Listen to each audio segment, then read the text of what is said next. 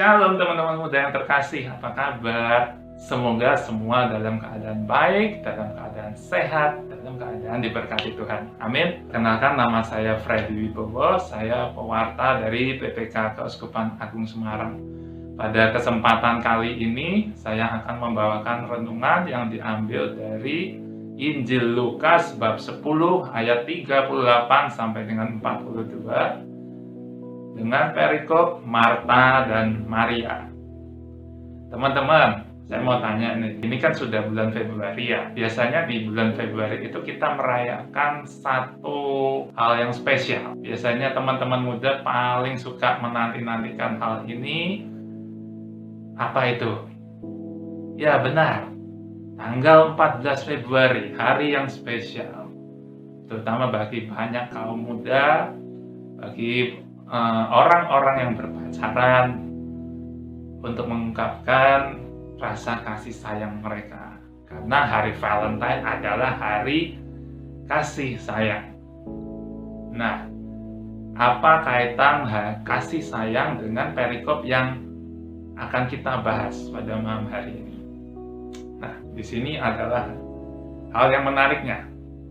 Diceritakan bahwa di dalam perikop ini ada seorang perempuan bernama Marta dan dia mempunyai saudara bernama Maria. Kenapa menjadi spesial? Karena rumah Marta ini dikunjungi oleh Yesus dan murid-muridnya ketika mereka sedang dalam perjalanan memberitakan Injil. Kalau misalnya kita ini sebagai kita yang punya rumah, tiba-tiba ada seorang pejabat tinggi datang ataupun orang terkenal datang ke rumah kita. Pasti di dalam pemikiran kita berusaha untuk memberikan yang terbaik sesuai dengan kemampuan kita. Agar kita tidak dianggap kita melayani tidak dengan sepenuh hati. Agar kita nggak dianggap malu-maluin. Ini yang jadi dasar pemikiran Marta ketika melihat Yesus dan murid-muridnya datang ke rumah dia, maka wajar saja ketika sebagai tuan rumah dia berusaha untuk memberikan yang terbaik menurut versinya pada saat itu. Akan tetapi ketika Marta sibuk ke sana kemari mempersiapkan hal-hal mungkin yang dibutuhkan oleh Yesus dan lain-lain, nah, tiba-tiba si Maria saudaranya ini kok cuma diem aja, cuma duduk, dia mendengarkan ajaran Yesus. Nah, mulai kan si Marta ini kok jengkel gitu. Sampai akhirnya dia berani bilang sama Yesus gini, Yesus, tolonglah kamu bilang sama adikku, sama saudaraku ini, Maria, bahwa ya aku tolong dibantu gitu. Tetapi jawaban Yesus di luar dugaan Marta. Malah Yesus memperingatkan Marta sekaligus memberikan contoh kepada Marta bahwa sikap seperti Maria ini yang dia inginkan sebetulnya. Teman-teman yang terkasih, apa inti dari perikop ini? Kita tahu bahwa ada dua macam kasih. Yang pertama adalah kasih duniawi. Kasih duniawi adalah kasih yang berasal dari dunia. Kasih itu bisa berasal dari kehidupan kita, orang-orang di sekeliling kita.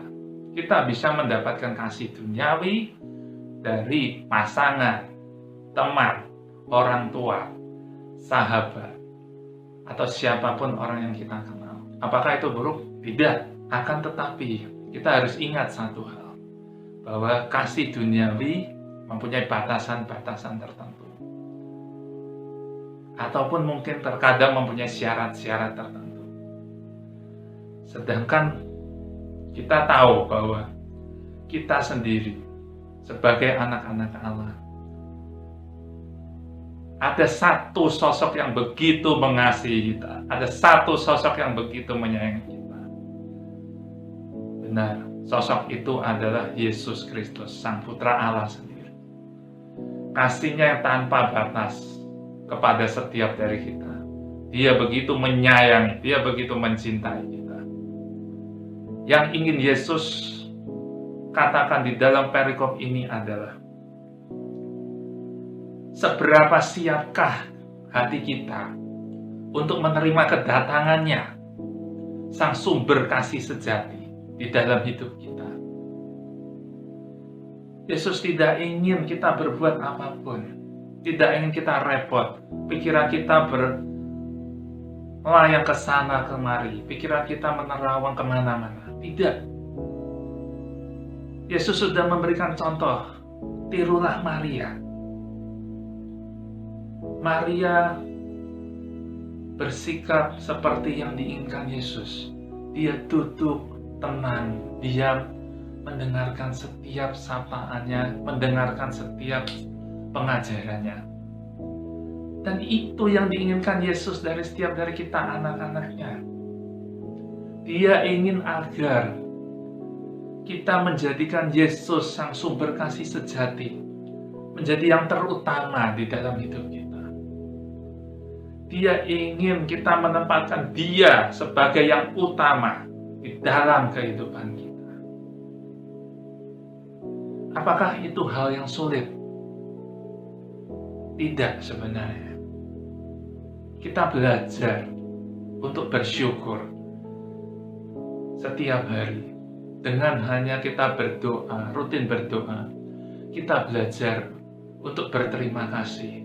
Kita belajar untuk bersyukur dengan apa yang sudah kita terima setiap hari.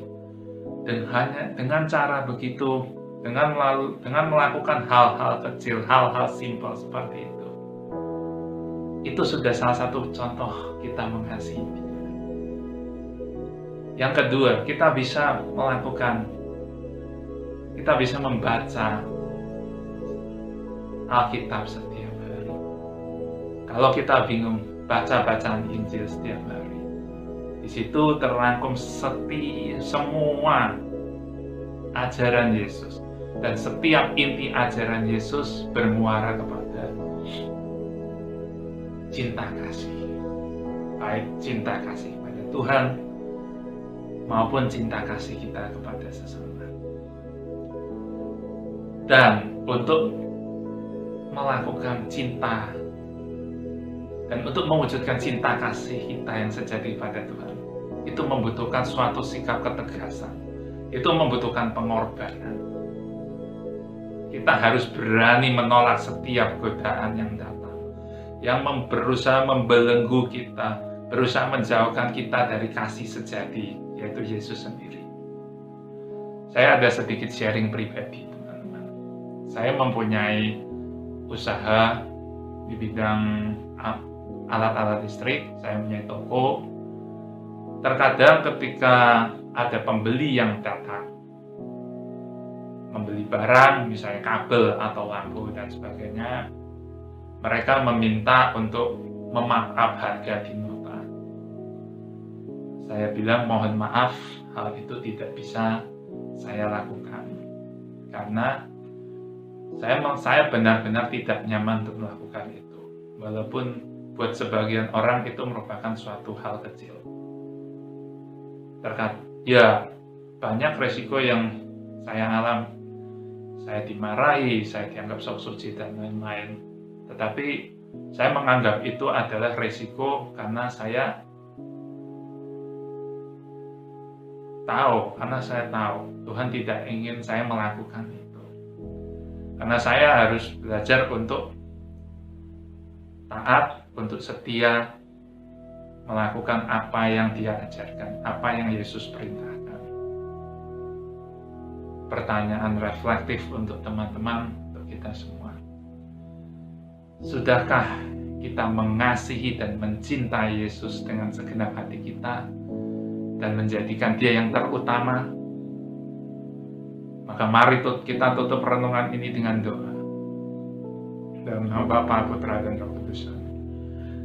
Ya Allah, sang sumber kasih sejati, kami bersyukur kepadamu atas segala rahmat yang Kau berikan kepada kami. Kami mohon, berikanlah kami Roh Kudus, roh hikmat, roh kekuatan, agar kami bisa tetap melangkah berada di jalan-Mu, dan agar kami bisa mengasihi Engkau dengan segenap hati kami, mengasihi Engkau dengan perbuatan kami, tidak hanya dengan kata-kata kami, Tuhan. Mampukan kami, Tuhan, karena kami terkadang masih lemah, kami masih mudah goyah terhadap godaan-godaan duniawi yang menjauhkan kami dari kasih sejati. Beri kami kekuatan, Tuhan, agar kami tetap taat dan setia kepada Engkau hingga akhir nanti. Terima kasih, Tuhan. Amin. Dalam nama Bapa dan Putra dan Roh Kudus. Terima kasih, teman-teman. Tuhan Yesus memberkati.